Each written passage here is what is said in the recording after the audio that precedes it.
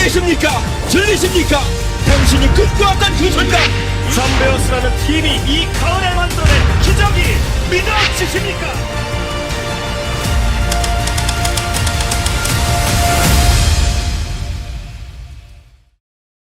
저희가 오프닝 때 말씀을 드린 대로 최근 6년 연속으로 계속해서 우승팀이 바뀌고 있는데 이 우승팀이 계속 바뀌는 이유가 있다면 좀 어떤 게 있는지 한번 들어보려고 합니다. 좀 어떤 것들이 좀 있을까요?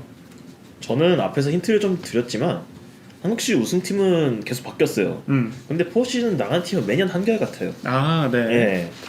당장 작년 우승팀이었던 SSG도 2년간 부침이 있었지만은 포시즌 계속 나왔었고요. 이전에도 준우승했던 키움 히어로즈 같은 경우에는 지난 10년 동안 한 번 빼고 다 포시즌 진출했거든요. 네. 계속 나가는 팀이 나가다 보니까는 뻔한데 이제 그 안에서 도는 거죠. 왜냐면 단기전은 사실 예측이 힘들거든요. 그렇죠. 특히나 단기전에서 업셋이 가장 나올 확률이 큰 스포츠가 야구란 말이에요. 네. 제가 생각했을 때는 그러다 보니까는 계속 우승팀이 그 안 바뀌긴 바뀌는데 그 안에서만 바뀐다.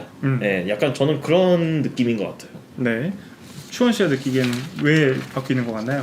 과거에 삼성, 왕조 또는 뭐 SK나 두산 같이 왕조에 준하는 그런 압도적인 전력을 갖추고 있는 팀의 그런 포스를 가진 팀이 최근에는 별로 없는 것 같습니다. 네. 이게 그해 약점을 잘 보완하고 이 약점이 끝까지 문제가 되지 않는 그런 팀이 우승을 하는 그런 모습을 보여주고 있거든요.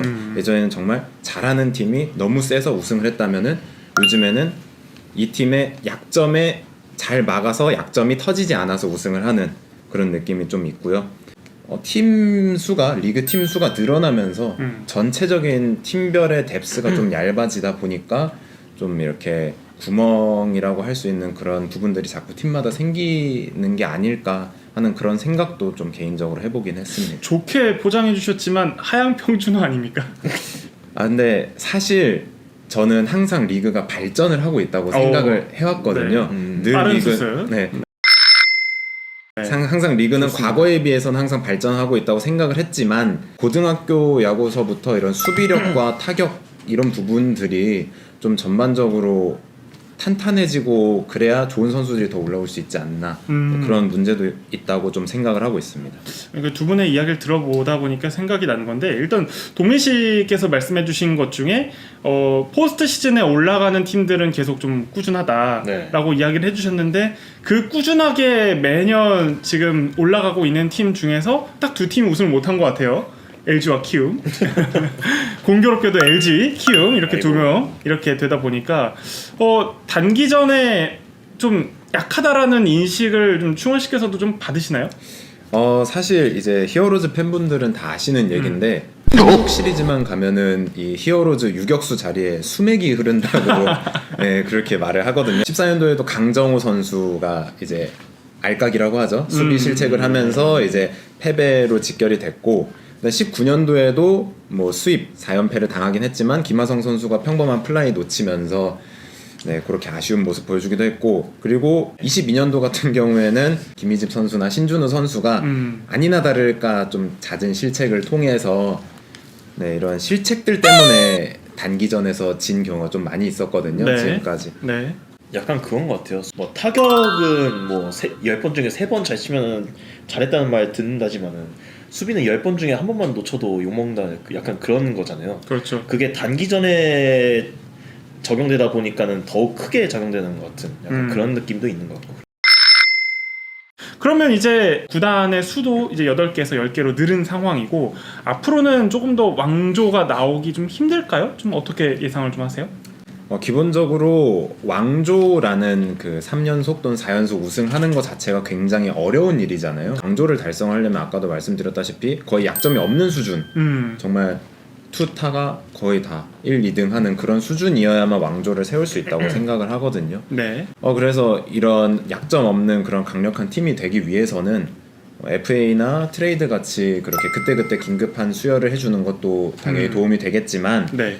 신인 드래프트부터 시작해서 2군 육성 같이 그 팀의 성장의 가장 기본이 되는 그 밑바닥 부분부터 탄탄하게 쌓아 올려야 그래서 팀의 프랜차이즈 선수들이 더 많이 나오고 이래야만 왕조가 이제 앞으로 나올 가능성이 생기지 않을까 저는 그렇게 생각하고 있습니다.